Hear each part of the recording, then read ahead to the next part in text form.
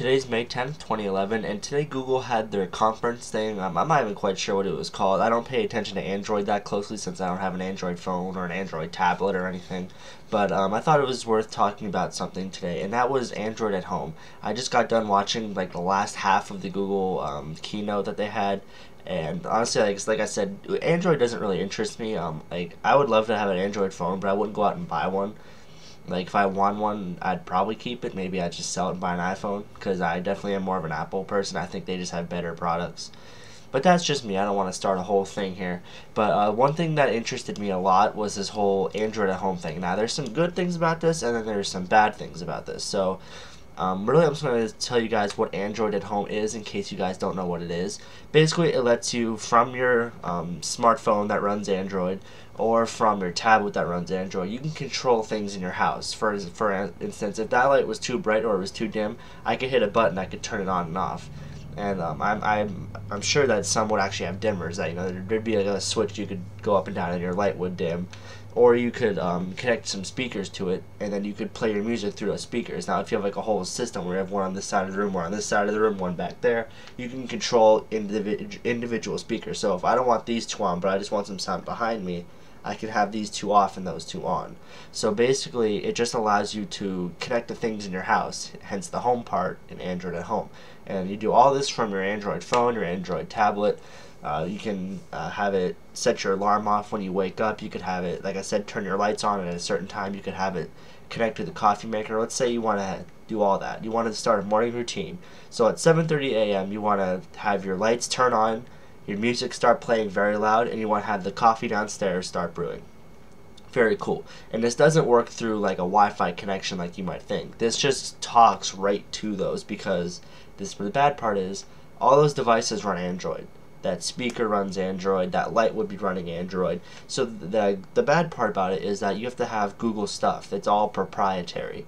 So the reason I wouldn't like this is because I don't want my house filled with Google logos.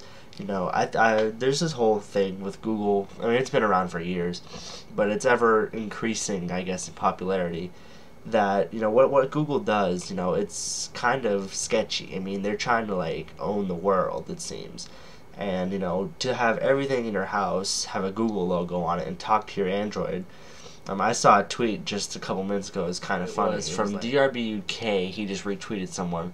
It says, "So Google can track all of your email, contacts, calendar, now books, movies, and music. Soon, every appliance in your house." Creepy. And I mean, that it does have some truth to it. I don't know what they do with that data, but I mean, I'm sure that on your device it has it configured for those, so they could probably tell who's using what. And it is sort of an invasion of privacy. But this has been going on for years. This is nothing new. But that's pretty much all I can really say, is that it's definitely cool. I'd definitely love to use it. But as far as to go buy an Android phone just so I could use this, I mean, I'd rather just get up and turn a light switch. I mean, it's not that hard to set an alarm. This, I just think, is the biggest point of laziness, really.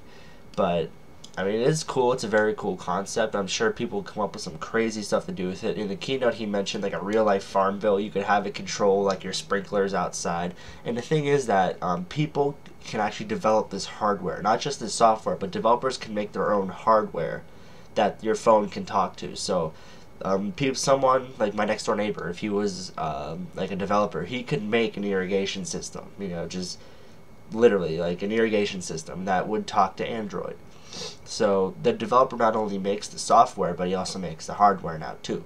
So it's this whole thing Google's trying to do, really spice up Android, and really, yeah, it is working because a lot of people really get into this. But personally, I just don't want to have a Google logo on everything I own.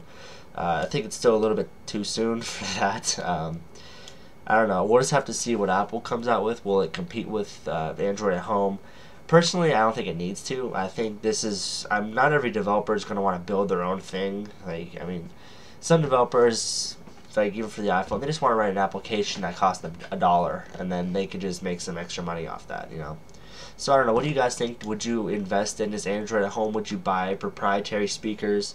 How would those speakers hook up with something else, say an actual stereo? Would they only work with your Android phone? If you guys hear anything, read any articles, please let me know. Otherwise, just let me know what you think. If you have any questions, I'm at CPU Kid on Twitter. I'm also right here on YouTube. Go ahead and send me a message. Check out itechcity.org if you're not watching this there already. Just itechcity.org.